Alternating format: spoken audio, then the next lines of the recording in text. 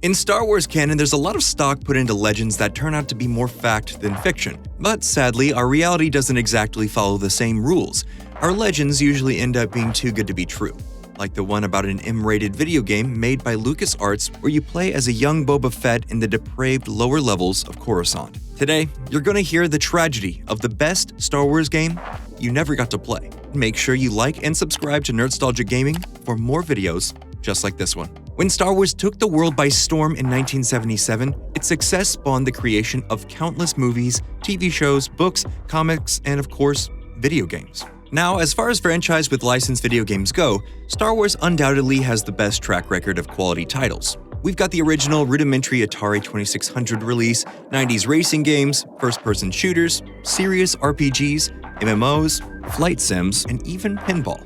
There is truly something for everybody, and most of these titles were created in full or in part by LucasArts, which was founded by George Lucas himself in 1979. Though back then it was called the Lucasfilm Computer Division. But even among the golden list of LucasArts games, there's always been one glaring hole in the Star Wars catalog. For years, adult fans have been crying out for more mature games to play that explore the seedier parts of the galaxy in a way that none of the other mainstream Star Wars media has done before. And in June of 2012, LucasArts officially announced that they were aiming to give players just that. This is where the fun begins. 6 minutes of uninterrupted gameplay footage was put on display at E3 that year. It was probably the most hyped-up title to come out of that convention, which is saying a lot considering we also saw Borderlands 2, Black Ops 2, and The Last of Us at E3 2012. But there was no topping what we saw from LucasArts.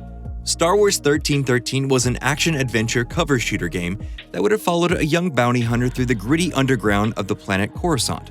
Instead of wielding the Force and lightsabers, players would instead have a gamut of weapons and tools at their disposal. The game was shooting for an M rating, making it the first mature-rated Star Wars game, which was a huge deal at the time.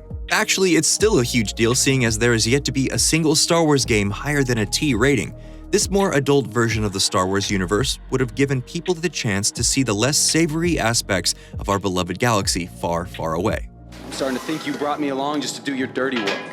If you think this is the dirty work, you better get ready for a wake-up call. At the time, very little was known about the plot, other than the vague idea of taking down bounties and uncovering some kind of criminal conspiracy.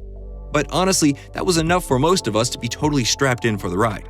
And even now, the game looks beautiful. The environment is simply perfect. The animation is fluid, the characters look real. We even got a glimpse of what seemed to be the decidedly non-human Trandoshan race that looked equally as awesome as the human characters. And once again, 1313 was being developed by LucasArts, the studio that brought us so many top-tier Star Wars games that it would take a whole other video to talk about them all. This all combined into a very intriguing premise for fans of both the Star Wars franchise and the action-adventure game genre, which was admittedly booming back in the early 2010s. And so, all eyes were on the project. We were waiting impatiently for any new details to arrive. But when the details came, they brought with them an immense amount of disappointment. Less than a year after it was announced, Star Wars 1313 was cancelled. Not delayed, not benched, permanently cancelled. I am altering the deal. Pray I don't alter it any further. Fans were blindsided. How could a game with so much hype behind it, with enough finished content to show off 6 minutes of gameplay at E3, be thrown into the garbage compactor along with our hopes and dreams? The answer is pretty simple, and it's one that probably won't surprise a lot of you. Only a few months after Star Wars 1313 was announced, Disney bought Lucasfilm for $4 billion. It was an astonishing acquisition at the time, but we could never have predicted just how much of a shakeup it actually was. By April of 2013, Disney had fully halted all the ongoing LucasArts projects and laid off the entire staff. So, yeah, that was the end of Star Wars 1313, and fans were devastated. Seemingly just to rub salt in the wound, it was later found that the game wasn't just going to be about a new nameless bounty hunter, but rather, Star Wars 1313 would have starred the one and only Boba Fett. Remember, this was early 2010s, the Clone Wars was still airing on Cartoon Network, we hadn't gotten a Star Wars movie in almost a decade, and most of our information about Boba Fett came from the prequels and a series of novels that aren't even canon anymore. But in September of 2013, a few months after the initial cancellation announcement, IGN got their hands on a closed-door 15-minute demo of the game. At the time, they couldn't show any of the demo to the public, but they did describe a scene where the player was in control of Boba Fett, who moved acrobatically through a level with a more tanky droid companion tagging along behind him. They compared the gameplay to the Uncharted series and said the plot of the game was intended to bridge the gap between the original and prequel movie trilogies. Boba would have started the game in literal rags before eventually acquiring a full set of Mandalorian armor, using his toolset to full advantage. We even got to see the iconic flamethrower in action in a piece of concept art by Gustavo Mendoza, who produced some stunning artwork of Coruscant's level 1313, in which the game would have taken place. And then, in January of 2022, a full decade after the game's original announcement, new pre-alpha footage of the game was released. In it, we saw Boba hunting down a target in a manner very similar to the style of the Uncharted games. He's hopping over obstacles, leaping from rooftop to rooftop, and sprinting through the casual destruction of buildings. We even get a glimpse of a droid companion.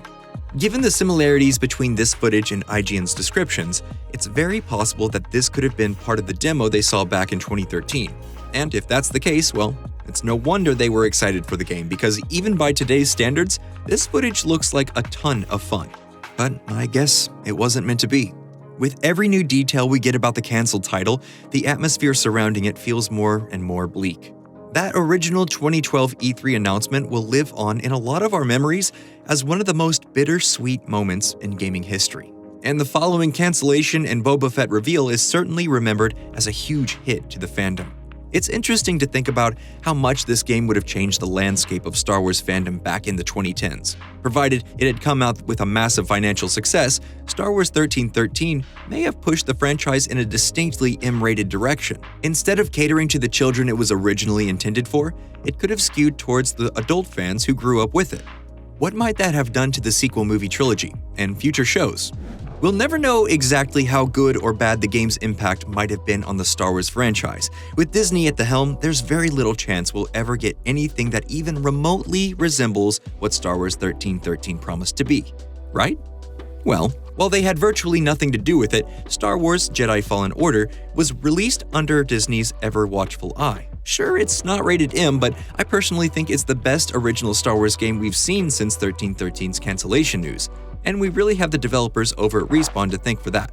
So despite Disney's extremely poor handling of LucasArts and its staff back in 2013, they have shown some willingness to test the waters. And with the recent virality of both The Mandalorian and the Book of Boba Fett TV shows, there's no reason why Disney wouldn't want to capitalize on the popularity of a fan-favorite character and culture through the medium of video games.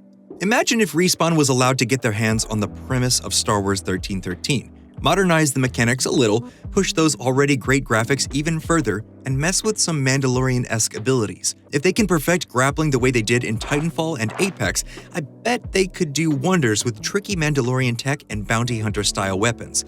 I don't know about you, but I'd play the hell out of that. Now, would it be the dark, gritty, M-rated Star Wars 1313 that LucasArts had planned on releasing before Disney got its hooks on the franchise? No, but that's why it's the best Star Wars game you never got to play. Hey, remember to leave a like if you enjoyed the video, and let us know in the comments, were you hyped for Star Wars 1313 when it was announced? Would you play a version of it from Respawn? Thanks so much for watching, and we'll see you next time.